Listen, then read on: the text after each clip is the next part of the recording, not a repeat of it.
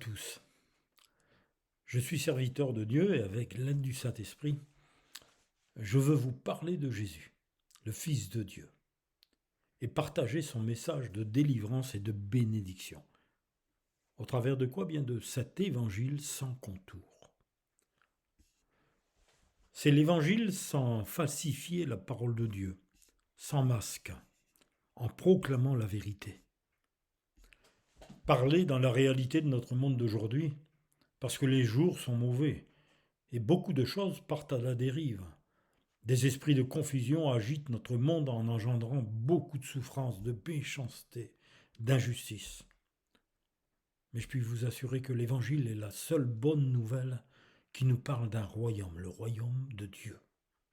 C'est là où la domination de l'homme méchant n'existera plus, mais uniquement celui du royaume où Jésus-Christ sera roi.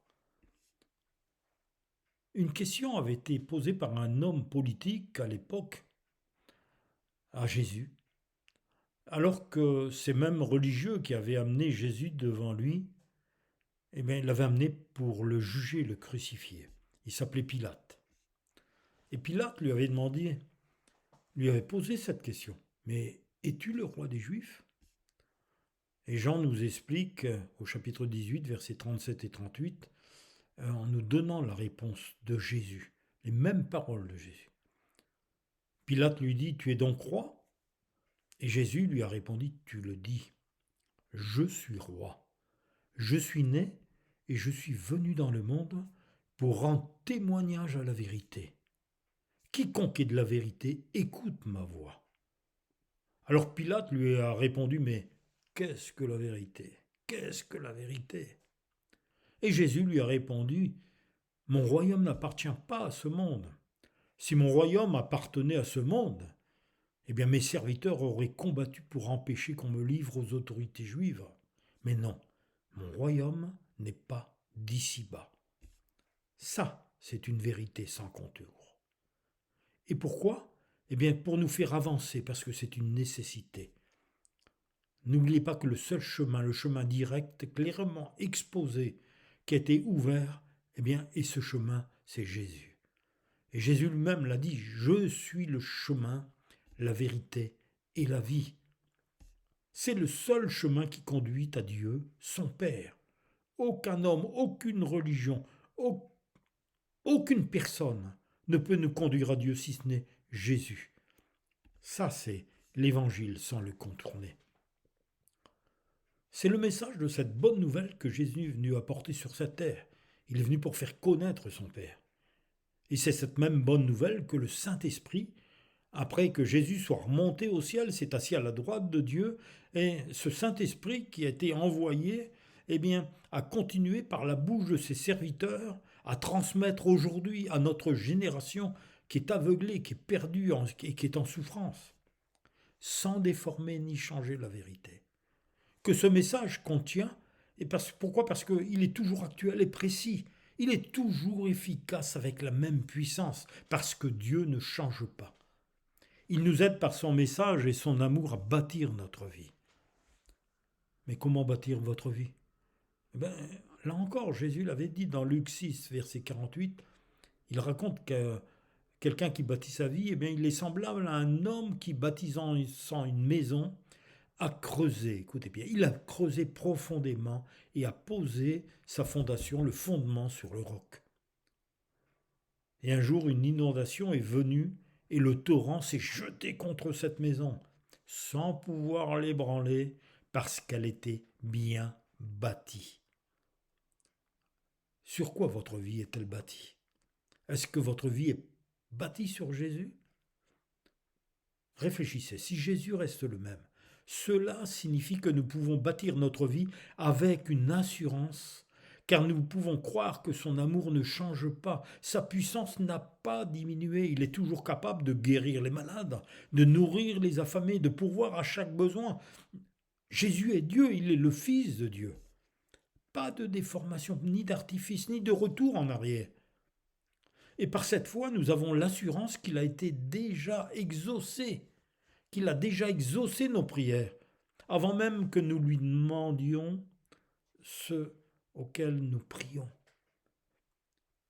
Assurez-vous que vous croyez vraiment que Jésus est le même, hier, aujourd'hui et pour l'éternité. Hébreux 13, 8. Là aussi, il faut se poser la question. C'est le message qui nous est transmis. Pourquoi? Parce que pendant des siècles, ce message a été souvent tordu par des faux serviteurs qui ont égaré beaucoup de personnes qui pourtant cherchaient la vérité.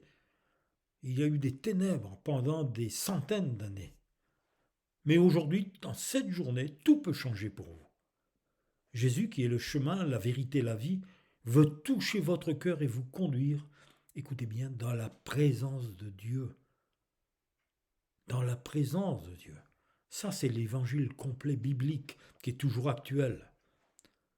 C'est cet évangile qui peut nous tirer de notre sommeil spirituel.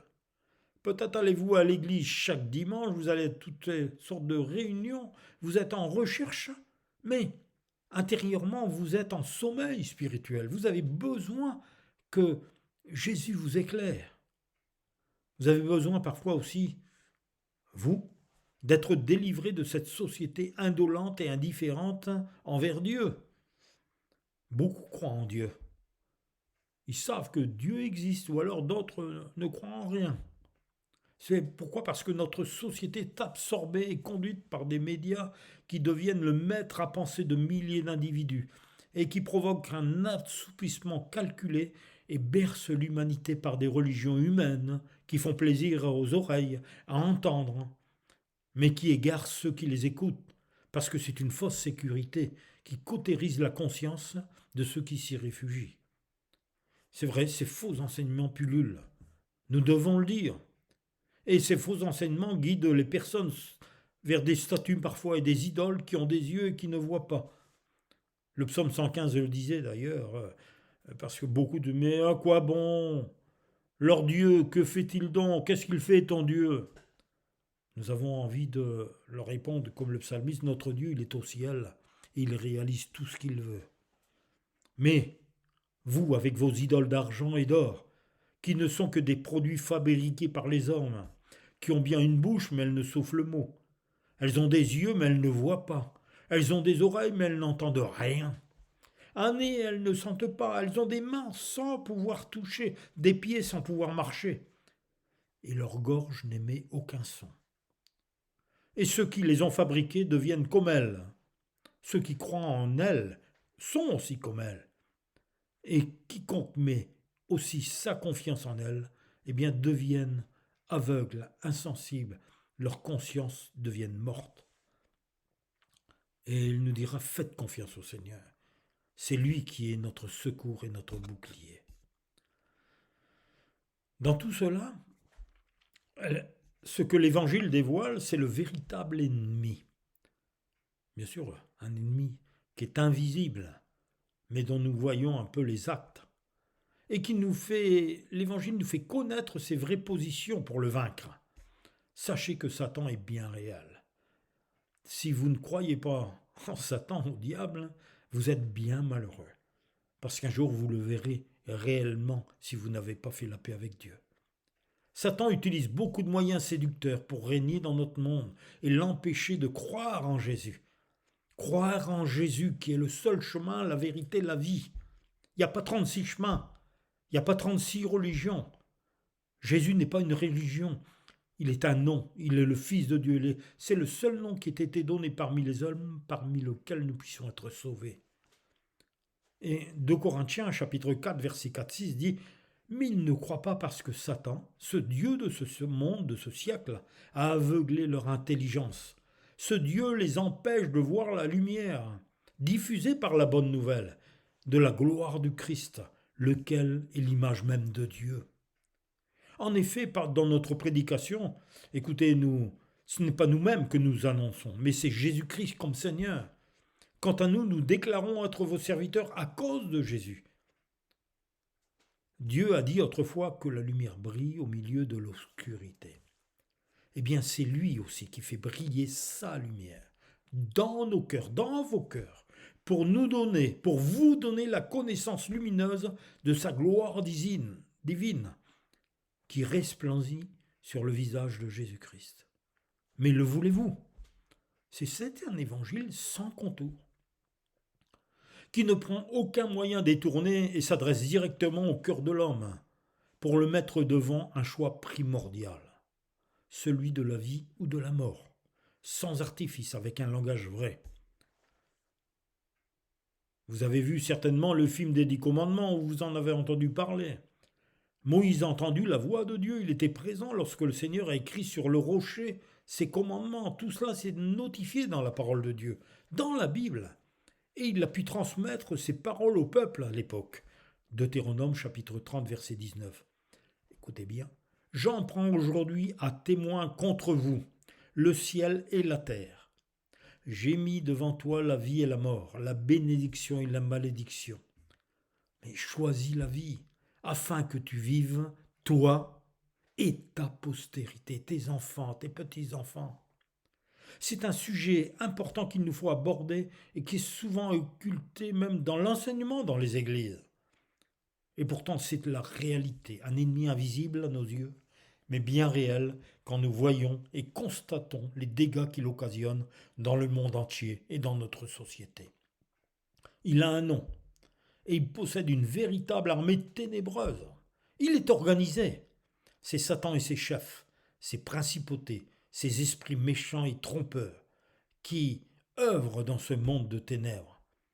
Il est écrit dans Éphésiens chapitre 6 verset 12, « Non, ce n'est pas contre des êtres humains que nous devons lutter, mais c'est contre des forces très puissantes qui ont autorité et pouvoir. Nous devons lutter contre les puissances qui dirigent le monde de la nuit, contre ces esprits mauvais qui habitent entre le ciel et la terre. » Regardez un petit exemple. Ce dimanche, je lisais dans Var Matin un éditorial en première page, « L'inquiétant retour de la sorcellerie ». C'est une évidence, il y a un retour à une pratique de science occulte qui est pourtant en totale opposition vis-à-vis de Dieu et qui soumet tous ceux qui la découvrent et la pratiquent au prince des ténèbres, à Satan et à ses démons, en les exposant aux malédictions. Que vous le croyez ou que vous ne le croyez pas, c'est un fait. Il est écrit dans Deutéronome chapitre 18, versets 10 et 12, eh bien, c'est Dieu qui parlait, qu'on ne trouve parmi vous personne qui s'adonne à la magie ou à la divination, qui observe les présages ou se livre à la sorcellerie, qui jette des sorts ou qui interroge d'une manière ou d'une autre les esprits des morts, comme les médiums, magnétiseurs, diseurs de bonne aventure. Le Seigneur votre Dieu en a horreur. Et il a aussi en horreur ceux qui agissent ainsi. Cette science occulte répand ses rituels même sur les réseaux sociaux. Elle contamine certaines médecines non conventionnelles et augmente les dérives sectaires. C'est ce que disait même l'article. Différentes appellations sont données à vous faire des frissons dans le dos. On parle de recrudescence, d'apprentissage de la sorcellerie, de rites vaudous, de chamanisme, comme une science normale et non dangereuse.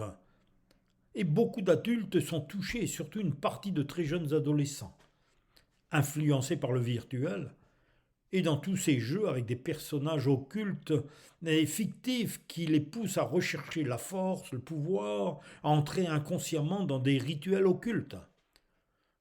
Attention, danger. Attention, danger. Satan a développé sa stratégie destructive, comme je vous disais, vers les 9-15 ans, avec des titres alléchants, en minimisant l'impact qui s'effectue sur tout ce que Satan, l'ennemi invisible, prend dans ses filets. Et beaucoup de parents, même des grands-parents, ne voient rien. Pourquoi ? Parce qu'ils sont aveuglés spirituellement. Il faut regarder en levant les yeux. Et nous constatons un malaise croissant dans beaucoup de ces jeunes cœurs qui sont témoins d'attitudes bizarres, parfois violentes, de peurs cauchemardesques qui se produisent la nuit. Et souvent certains les poussent dans des dépressions avec des envies suicidaires. Même l'éducation nationale est impuissante et se pose des questions. Mais si vous n'allez pas dans le surnaturel, si vous n'allez pas vers le spirituel, vous n'aurez aucune réponse. Vous n'aurez que des si, des psy, des ceci, des cela.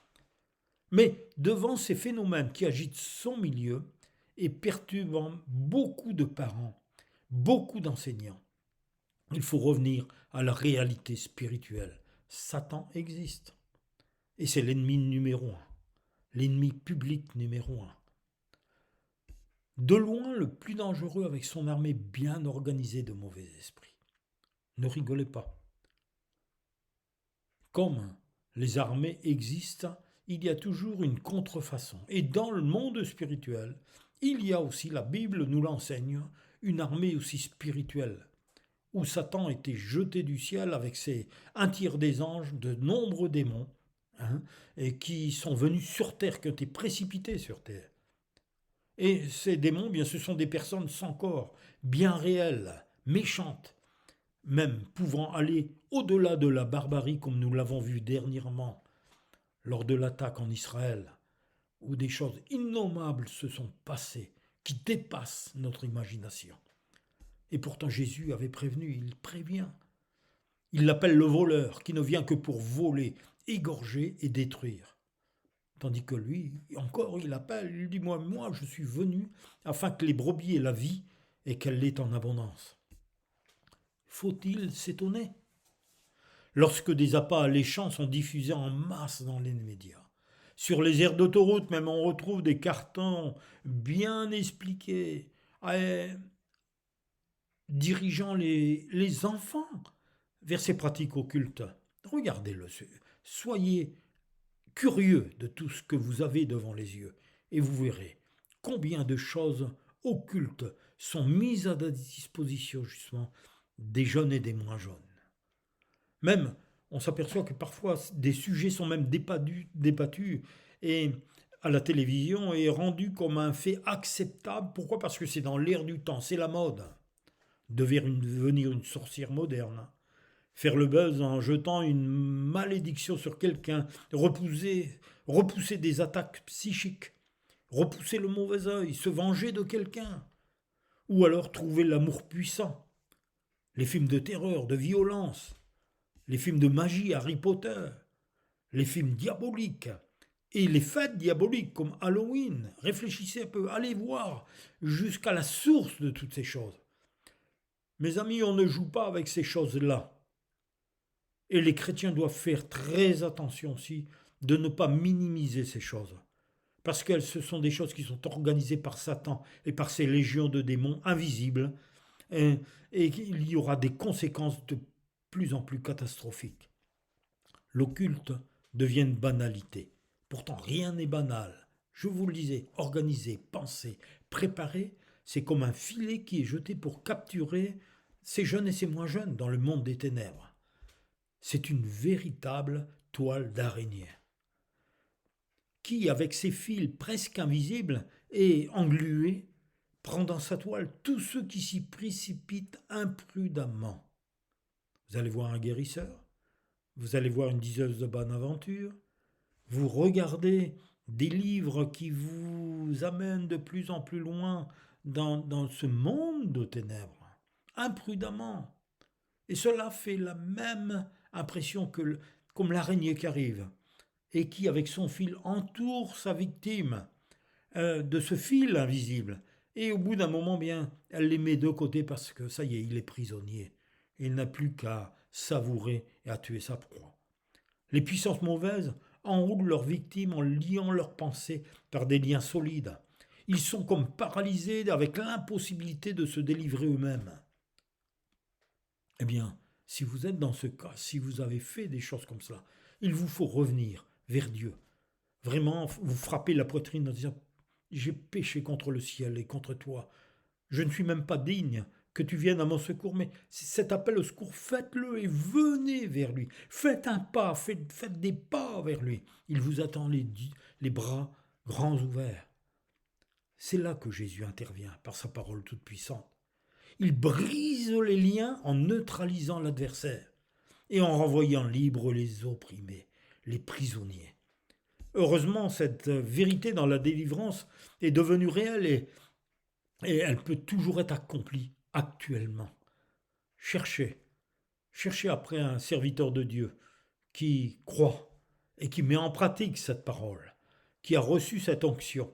Cherchez une délivrance, cherchez un soutien. La solution est à votre portée pour être délivré et retrouver la délivrance. Cette solution se trouve dans les évangiles. Ouvrez la Bible, ouvrez les évangiles. Et vous découvrirez que le seul nom qui ait été donné, c'est celui de Jésus. Jésus le Messie, Jésus le Christ, le Fils unique de Dieu. Non, ne sursautez pas. Laissez ce petit sourire moqueur qui vient sur vos lèvres et écoutez ce que le Saint-Esprit veut vous dire. Laissez votre orgueil, laissez votre intelligence, je dirais même, tout ce que vous avez appris. Essayez d'être comme un petit enfant. Essayez d'être humble et de dire c'est la vérité. J'ai besoin de toi. Ne vous enfoncez pas plus dans ce péché d'incrédulité parce que c'est un péché qui conduit à la mort spirituelle. Mais comme disait Moïse, comme dit la parole de Dieu, choisissez la vie et croyez. Jésus est venu pour faire connaître son Père et détruire les œuvres du diable. 1 Jean chapitre 3 verset 8. Si vous continuez, eh bien la Bible nous dit que celui qui continue à pécher, continue à aller voir les médiums, continue à aller voir les guérisseurs, les magnétiseurs, continue dans son péché d'incrédulité, en se suffisant à lui-même, en disant « mais je n'ai pas besoin de tout cela ». Eh bien la Bible nous dit que celui qui continue à pécher, c'est un péché, il appartient au diable. Pourquoi ? Parce que le diable a péché dès le commencement. Mais sachez que le Fils de Dieu est apparu précisément pour détruire les œuvres du diable et détruire ce qu'il a fait en vous, peut-être dans votre famille, que vos enfants sont en train de subir à cause justement de vos fautes parfois.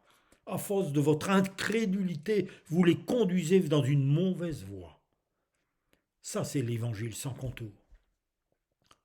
Le diable entraîne de plus en plus de personnes à se rebeller contre Dieu. Nous le voyons.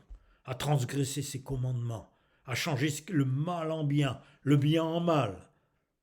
Et pourtant, ces commandements sont bons et ce fait de pécher contre Dieu, eh bien, les prive de sa communion et de ses nombreux bienfaits, de ses délivrances et de ses bénédictions. Oui, le péché nous coupe de la communion avec Dieu et nous laisse sans défense devant Satan, le prince de ce monde qui entraîne le monde dans ses pratiques ténébreuses. Peut-être êtes-vous comme certains, comme beaucoup même, qui sont empêtrés dans ce filet qui les tient comme liés et souvent les détachent des parents, de la famille, des amis.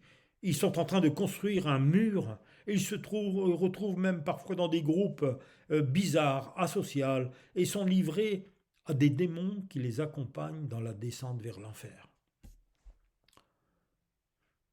Un jour, alors que je prêchais l'évangile, dans la région des Pyrénées Atlantiques, dans les montagnes, il y avait un groupe de jeunes qui est arrivé, c'était 5 ou 6, et c'était des jeunes à l'allure punk, habillés tout en noir, avec des rangers, des clous, des boucles d'oreilles énormes, enfin, tout ce qui faisait penser au punk.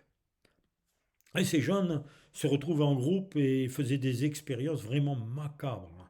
Ils avaient touché à la sorcellerie, ils avaient touché à des choses, je dirais, qu'il ne fallait pas. Et ils savaient intérieurement qu'ils étaient prisonniers, ça n'allait pas, ils étaient dans un malaise, ils s'étaient désolidarisés de leurs parents, ils vivaient en autarcie. Enfin, je veux dire, ils étaient mal, très très mal, ils étaient malheureux. Et je puis vous assurer, quand ils ont entendu ce témoignage, quand ils ont compris d'un seul coup qu'ils étaient sur une mauvaise voie et que une voie de destruction, et là, ils se sont retrouvés face à une réalité, soit choisir la vie, dans ce qu'ils étaient en train d'entendre, de pouvoir venir vers Jésus pour qu'il les délivre, ou alors qu'ils continuent dans ce chemin qui les conduisait vers la mort. Eh bien, ils ont réalisé et plusieurs se sont convertis, ont donné leur cœur à Seigneur. Et Dieu les a bénis, Dieu les a délivrés, Dieu a fait d'eux de nouvelles créatures, des enfants de Dieu. Ça, c'est la réalité du témoignage de l'évangile sans contour, c'est-à-dire quand la parole de Dieu est annoncée dans son intégralité, le Saint-Esprit se plaît à toucher les cœurs et à les sortir de ces grottes, de ces prisons, de, de ces tombeaux, pour en faire des hommes et des femmes libres. Et pourtant, quand nous voyons autour de nous, c'est vrai, il y en a d'autres qui prêchent, je dirais, qui apportent autre chose. Ce sont des influenceurs qui poussent, et souvent pour des raisons économiques, à l'achat de livres occultes, à l'achat d'artifices, de pendules, de jeux de cartes, de tarot, de ceci, de cela. Maintenant, il y a vraiment de toutes sortes de choses. Et maintenant, même des stages ou des séminaires d'initiation aux sciences occultes. Et ces ouvriers de ténèbres sont nombreux pour recueillir des gains importants aussi. Mais l'envers du décor est glaçant. Beaucoup de ces jeunes et moins jeunes font littéralement des pactes avec des puissances mauvaises dont ils n'ont pas conscience. S'ils en sont conscients, c'est encore plus grave, parce qu'ils sont au bord d'un précipice où le feu est permanent et ne s'éteindra jamais. Ça, c'est l'enfer. Il est écrit dans le psaume 107, versets 10 et 11, « Ceux qui avaient pour demeure les ténèbres et l'ombre de la mort vivaient captifs dans la misère et dans les chaînes, parce qu'ils s'étaient révoltés contre les paroles de Dieu, parce qu'ils avaient méprisé le conseil du Très-Haut. » Peut-être êtes-vous dans ce cas-là. Vous avez quitté, peut-être que vous avez même des parents chrétiens, vous avez des amis chrétiens. Peut-être que vous-même, vous avez entendu la parole de Dieu, mais vous êtes révolté à un certain moment parce qu'il s'est passé quelque chose dans votre vie et vous êtes révolté. Je vous en supplie, faites, comme le dit le psaume 107, versets 13 à 15, « Dans leur détresse, ils crièrent à l'Éternel, et il les délivra de leurs angoisses. Il les fit sortir des ténèbres et de l'ombre de la mort, et il rompit leurs liens. » Et à ce moment-là, qu'il loue l'Éternel pour sa bonté et pour ses merveilles en faveur des fils de l'homme. C'est pourquoi, avec l'aide du Saint-Esprit, de celui qui vit en moi, c'est Jésus par son esprit, je vous proclame cette bonne nouvelle. Oui, Jésus a vaincu le diable. Le diable a été vaincu. Et Jésus, en s'offrant lui-même comme sacrifice, comme un sacrifice vivant, lui qui n'avait jamais péché, lui qui était pur, qui était sans tache, qui était le Fils de Dieu, eh bien, par sa mort sur la croix, volontaire, en se laissant clouer, eh bien, il a enlevé le pouvoir que Satan avait sur tous ceux qui croiraient en lui. Il est écrit dans Colossiens 2, chapitre 2, versets 14 et 15, eh bien que il a effacé notre acte de condamnation, où tous nos péchés étaient inscrits. Écoutez bien, tous nos péchés, vos péchés étaient inscrits. Vos péchés sont inscrits sur un acte de condamnation. Eh bien, Jésus lui a pris cet acte et il l'a cloué sur la croix. C'est ainsi que Dieu a désarmé. Il a désarmé les autorités et pouvoirs spirituels et il les a donnés publiquement en spectacle, en les emmenant comme prisonniers dans le cortège triomphal de son Fils. Mes amis, le filet est rompu quand nous croyons en Jésus, quand nous venons vers lui.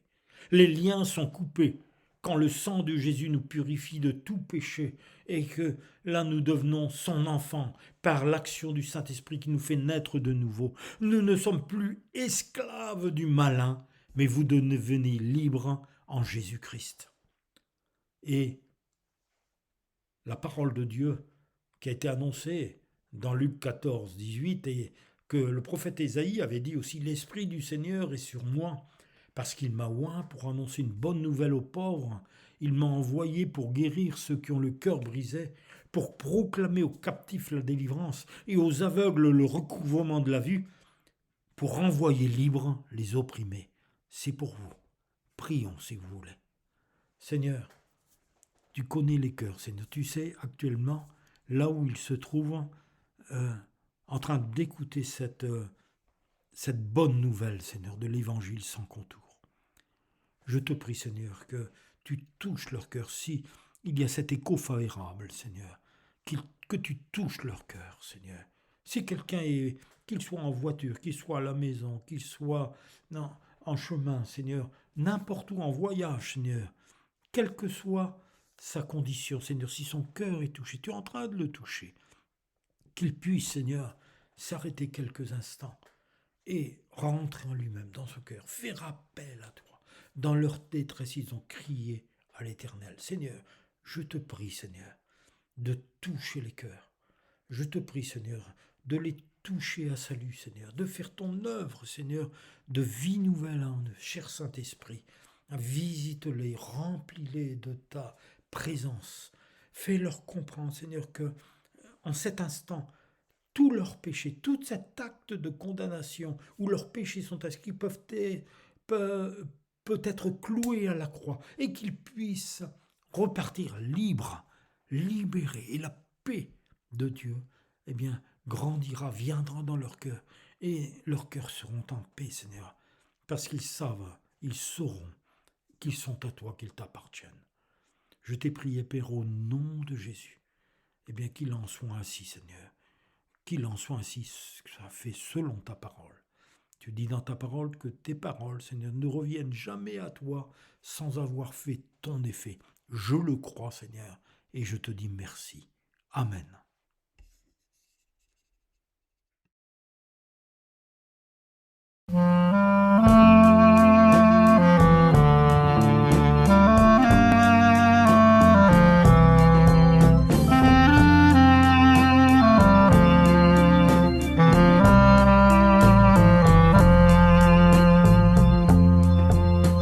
Je suis fatigué, quand je suis dégoûté, quand les amis me laissent, quand le soleil est parti, quand au loin l'orage gronde, quand je suis épuisé et que je ne vois que l'ombre dans mon cœur, je me dis: c'est un ami merveilleux qui me conduit dans la vie, qui est homme mais aussi Dieu et qui toujours me sourit.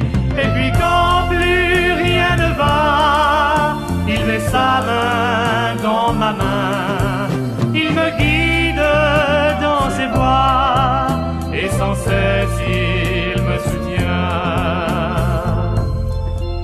Quand le courage m'abandonne, surtout quand je suis déçu, que la peine m'environne, que mon cœur est abattu, en plus rien je n'ai confiance, en personne je n'ai cru. À ce moment-là je pense à l'amour de Jésus. C'est un ami merveilleux qui me conduit dans la vie, qui est homme mais aussi Dieu et qui toujours me sourit. Et puis quand plus rien ne va, il met sa main dans ma main, il me guide dans ses voies et sans cesse il me soutient. Alors mon ciel s'illumine, sa grande paix entre en moi. Cet espoir merveilleux me fait oublier les plus grands de mes tracas. Jésus-Christ, dans la Bible, m'a dit ceci: ne crains rien, mon ami, aie la foi. Abandonne donc ton fardeau et n'oublie pas qui je suis.